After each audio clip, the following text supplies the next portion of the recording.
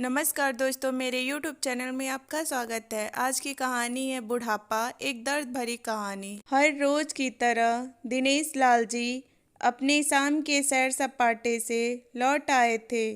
वह अपने जूते उतार ही रहे थे कि बहू ने पूछा, बाबूजी, आज हम पार्टी में जा रहे हैं, हम वहीं से खाकर आएंगे। आज रात के खाने में क्या खाएंगे, बताइए। दिनेश लाल जी सोचने लगे, आज रविवार तो नहीं है और ना ही किसी की शादी है, जरूर किसी पार्टी में जा रहे होंगे। मुझे क्या करना है इस उम्र में? अपने विचारों पर काबू करते हुए दिनेश लाल जी बोले, ऐसा करो बेटा, मेरे लिए 2 रोटियां बना दो, दूध के साथ रोटी ही खा लूँगा।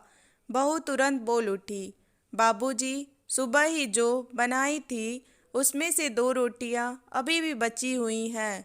अगर आप बहू ने अपना वाक्य अधूरा ही रहने दिया, लेकिन दिनेश लाल जी अच्छी तरह समझ गए कि वह क्या कहना चाहती थी। सुबह की रोटियां खाई तो गैस हो जाएगा। सुबह भी बहू ने मसाले वाली सब्जी ही बनाई थी, जिसके चलते अभी तक खट्टी डकारें आ रही हैं। और इस उम्र में पेट को संभालना मतलब किसी बिगड़े हुए बच्चे को संभालने से भी ज़्यादा कठिन काम। बाबूजी बहू से बोले, नहीं बेटा, इस उम्र में सुबह की रोटी नहीं खा सकता, तुम्हें थोड़ी तकलीफ होगी, लेकिन मेरे लिए 2 ताज़ी रोटी बना दो। बहू को बहुत गुस्सा आया। वो गुस्से में ही बड़बड़ाते हुए उठी, अब 2 रोटी बनाओ या 10 काम तो उतना ही बढ़ेगा। आटा गूंथो, रोटी बनाओ, किचन और बर्तन साफ करो। इन्हें क्या है, इन्हें सिर्फ ऑर्डर देना है, काम तो मुझे करना पड़ता है ना। बस दिन रात इनकी ही सेवा करते रहो। बहू के बोल दिनेश लाल के कानों पर पड़ रहे थे। हे भगवान, सिर्फ 2 रोटियां बनाने में इतनी तकलीफ। मैंने कोई 5 पकवान तो मांगे नहीं थे। उन्हें बहुत गुस्सा आ गया, लेकिन गुस्सा वहाँ किया जाता है जहाँ कोई सुनने वाला हो। उन्होंने अपना गुस्सा निगल लिया। अब तो उन्हें जितनी जल्दी गुस्सा आता था, उससे जल्दी चला भी जाता था। दिनेश लाल जी को अपनी पत्नी की बहुत याद आई। निर्मला के जीते जी उन पर कभी बासी रोटी खाने की नौबत नहीं आई थी। उल्टा खाने में 10 चीज़ें और मिल जाती थी। खाने के साथ मीठा पापड़, अचार, दही, छाछ, सलाद और नहीं क्या क्या। दिनेश जी को बहुत बुरा लग रहा था। रहने दो बहू, मैं सुबह की रोटी ही खा लूँगा, फिजूल में तुम्हें तकलीफ होगी और वैसे भी तुम्हारे हाथों की रोटी बहुत मुलायम होती है, मुझे चलेगा।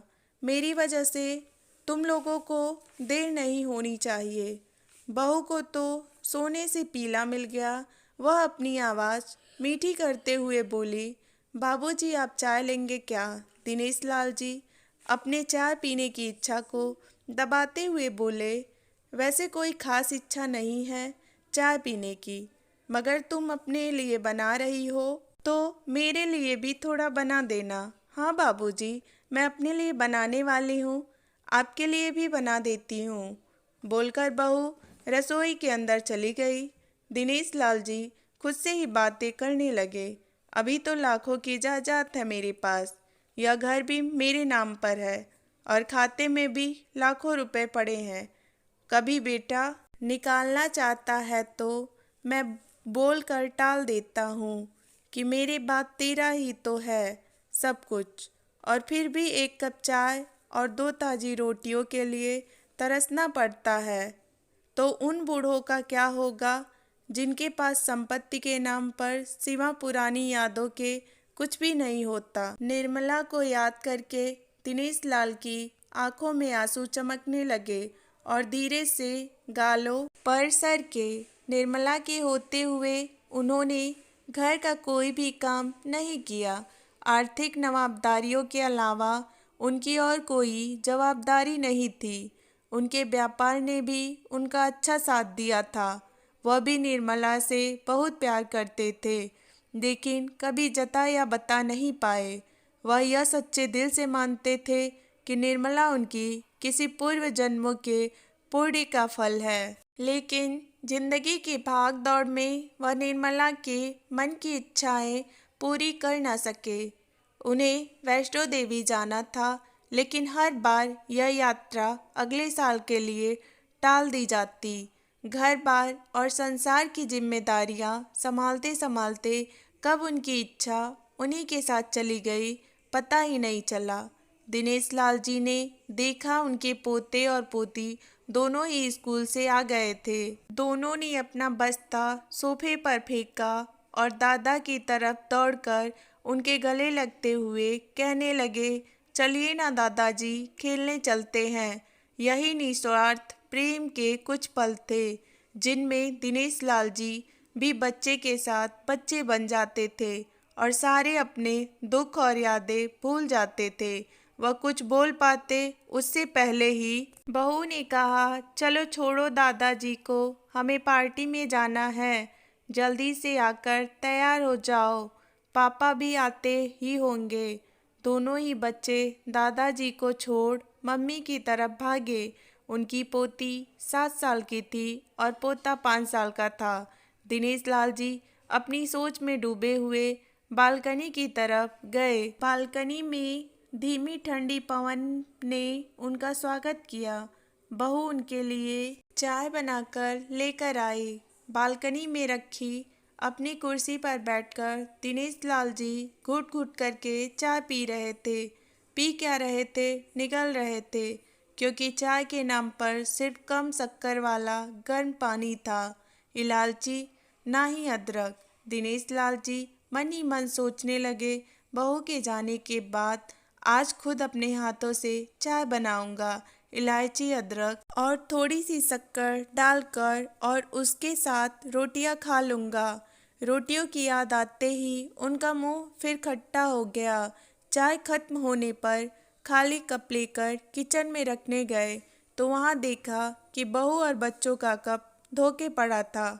उन्होंने भी अपना कप धोकर रख दिया और अपनी डायरी लेकर बालकनी में आ गए। बालकनी में बैठे बैठे उनकी नज़र सूखी हुई तुलसी के पौधों पर गई। उन्होंने एक लोटा पानी लाकर उसमें डाल दिया। कुछ मिनटों बाद ध्यान से देखने पर उन्हें पता चला कि सूखी हुई तुलसी के पौधों में नई जान आ गई हो और वो मुस्कुरा रही हो। उन्हें याद आया कि निर्मला हर सुबह तुलसी को पानी और शाम को दिया दिखाती थी। अब तो शाम को ना तुलसी को ना ही भगवान के मंदिर में दिया जलता है। पता नहीं कितने संस्कार, इतनी अच्छी आदतें निर्मला अपने साथ ले गई थी। दिनेश लाल आसमान की तरफ देखकर बोले, शकुंतला, मुझे और इस घर को अभी तुम्हारी ज़रूरत थी। तुम क्यों हमें छोड़कर चली गई? तुमने मुझे धोखा दिया। तुमने हमेशा साथ रहने का वचन तोड़ दिया। तुम मुझे अकेला छोड़कर चली गई। दिनेश लाल की आंखें भर आईं। पापा, इतनी ठंडी हवाएं बह रही हैं और आप हैं कि बालकनी में बैठे हैं। अंदर आ जाइए, नहीं तो बीमार हो जाएंगे, बेटे ने दिनेश लाल जी से कहा। बेटा, बहू और पोता पोती सब तैयार होकर पार्टी के लिए निकल रहे थे। किसी ने झूठ मूठ ही मन रखने के लिए भी उनसे नहीं पूछा कि साथ चलिएगा। बाबा, आप खाना खाकर जल्दी सो जाइएगा, हमें आने में ज़रा देर हो जाएगी। ज़्यादा देर तक जागना आपकी सेहत के लिए अच्छा नहीं है। हमारे पास घर की दूसरी चाबी है, हमारी चिंता मत कीजिएगा, बेटे ने जाते हुए कहा। ऐसे बोल रहा है जैसे मेरी सेहत की बहुत फिक्र है। कितने दिनों से बोल रहा हूँ, डॉक्टर के पास ले चलो, बीपी बढ़ा हुआ है, शुगर भी चेक करवाना है। थोड़ा सा भी चलता हूँ तो हाँफने लगता हूँ। बेटा कहता है कि बुढ़ापे में ये सब तो होता ही है, ज़्यादा भ्रम मत पालिए। वाह बेटा, बूढ़े बाप के पास बैठने के लिए थोड़ा सा भी टाइम नहीं है तेरे पास, और पार्टी के लिए टाइम ही टाइम है। ऐसे अनगिनत विचार उनके दिमाग में चल रहे थे, लेकिन फिर भी उन्होंने हाँ में सिर हिलाया। सभी पार्टी में चले गए। दिनेश लाल जी हाल में रखे कुर्सी पर आकर बैठे। खाना खाने की अभी कोई इच्छा थी नहीं, इसलिए टीवी चालू की। आज वैलेंटाइन डे था, प्यार का दिन, इसलिए टीवी पर भी उसी के बारे में दिखा रहे थे। दिनेश लाल जी की नज़र पास में रखे अपनी पत्नी की फ्रेम पर गई, जिसने लाल कलर की साड़ी पहन रखी थी।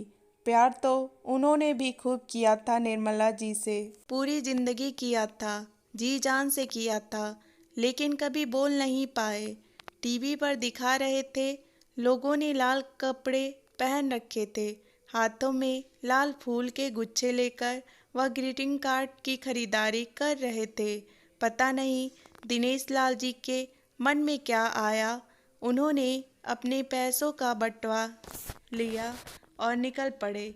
निर्मला जी के याद में चलते चलते वो एक आइसक्रीम पार्लर के पास पहुँचे। उनका सांस चढ़ गया था, उनके सांसों की गति तेज हो गई थी।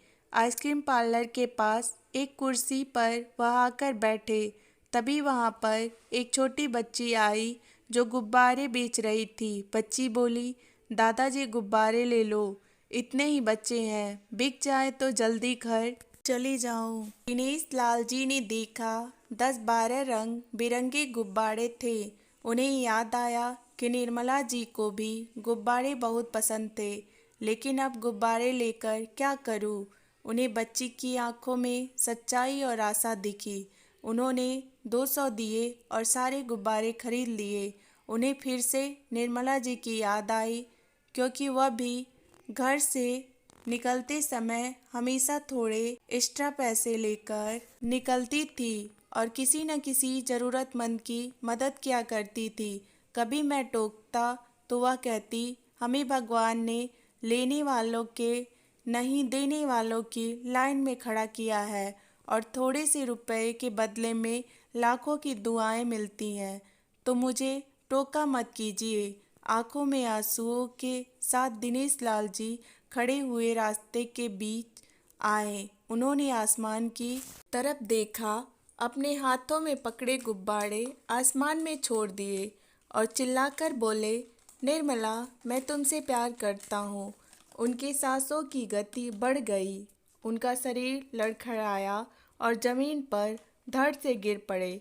आसपास के लोगों को कुछ भी बता पाते उससे पहले ही दिनेश लाल जी ने इस मोह माया दुनिया को अलविदा कह दिया। उन्हें अपनी पत्नी से मिलने की चाहत जो थी